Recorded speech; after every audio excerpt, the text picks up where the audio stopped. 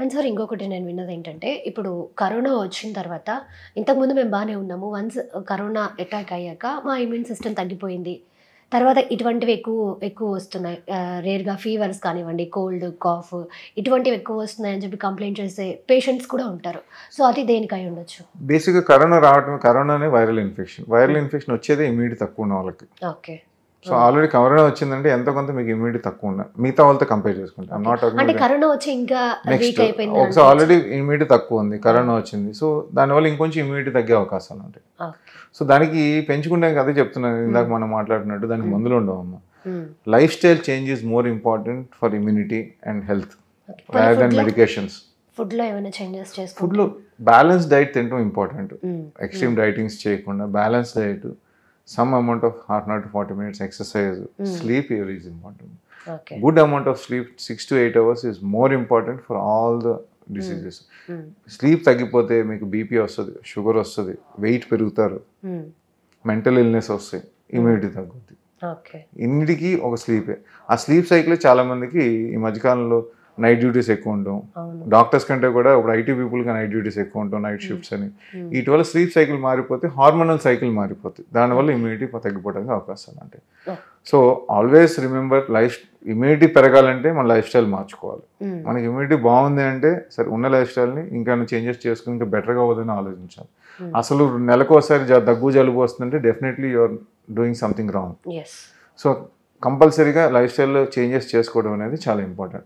ఒక్కొక్క life style ఒక్కొక్క రకంగా ఉంటుంది. వాళ్ళ ప్రాబ్లమ్స్ డాక్టర్స్ డిస్కస్ చేసి ఎక్కడెక్కడ చేంజెస్ చేసుకోవాలని తెలుసుకుంటే ఇమ్యూనిటీ పెరిగి తొందరగా ఈ వైరల్ ఇన్ఫెక్షన్స్ రాకుండా ఉండడానికి అవకాశం ఉంది. 100% రాకుండా ఉంటుందంటే ఎవరూ చెప్పలేం, బట్ మన ప్రయత్నం అయితే మనం చేయాలి. Okay sir. అండ్ అలాగే ఇప్పుడు ఫీవర్స్ గురించి మాట్లాడుకుంటే, వైరల్ ఫీవర్స్ అనేవి ఒక 2-3 days కోల్డ్ కాఫ్ వచ్చి తగ్గిపోతుంది. ఈ మలేరియా, డెంగ్యూ అనేది అది లాంగ్ టర్మ్ ఉంటుంది. సో అంటే ఈ రెండింటికి మనకి డిఫరెన్స్ ఎలా తెలుస్తుంది? దేర్ ఆర్ 2 differences అండి. మలేరియా అనేది పారాసైటికల్ ఇన్ఫెక్షన్. దానికి మలేరియా డయాగ్నోస్ అయితే యాంటీపారాసైటిక్ మందులు ఇస్తేనే తగ్గుతాయి. It takes a week or 10 days. That's a different thing. Dengue కూడా వైరల్ ఇన్ఫెక్షన్ అండి. Dengue is also a viral infection. మీరు అన్నట్టు వైరల్ ఫీవర్స్ 2-3 days ఉండే కాలం పోయింది.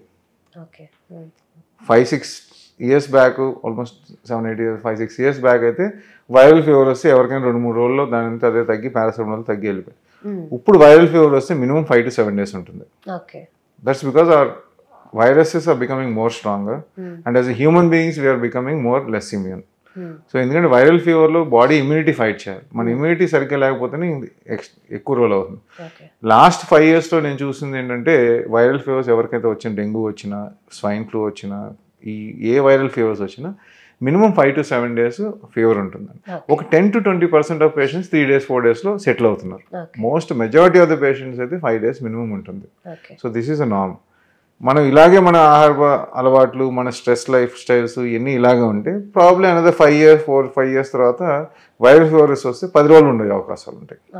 So this will go on increasing. So అది ఎలా మారుతుందో, ఇమ్యూనిటీ పెంచుకుంటుందో మనం ఇమ్యూనిటీ తగ్గించుకుంటున్నాం. సో మనకి ఇబ్బందులు పెరుగుతున్నాయి. So definitely everybody needs certain good life styles to be adapted as much as possible. కొన్నిసార్లు కుదరవు, కానీ కుదిరినంత వరకు అయితే మనం చేసుకోవడం అనేది అవకాశం.